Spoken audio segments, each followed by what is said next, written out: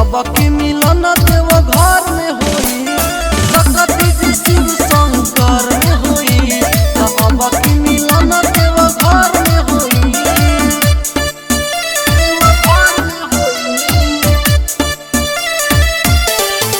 Recording by Sethi Sitamarhi।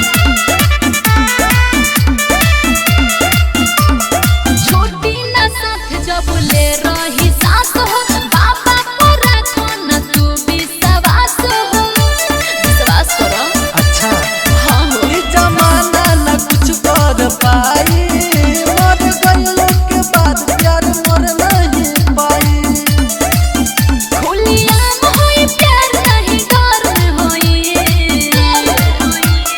सकती जी शिव शंकर में होई, तो अब की मिलन देव घर में होई, सकती जी शिव शंकर में होई, तो अब की मिलन देव घर में होई।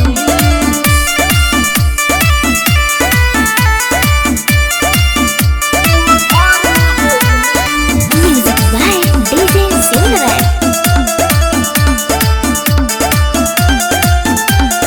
भोला जी साथ दी है सच्चाई प्रीत हो, हरदम भइल बा प्यार के जीत हो।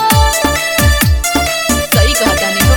बाटे दोस्तन के पूरा सपोर्ट हो, जन पवन के दिल तू करिहो न छूट हो, कहे राइटर रतनेश ना शहर में होई है, सकती जी शिव शंकर में होई, तो अब की मिलन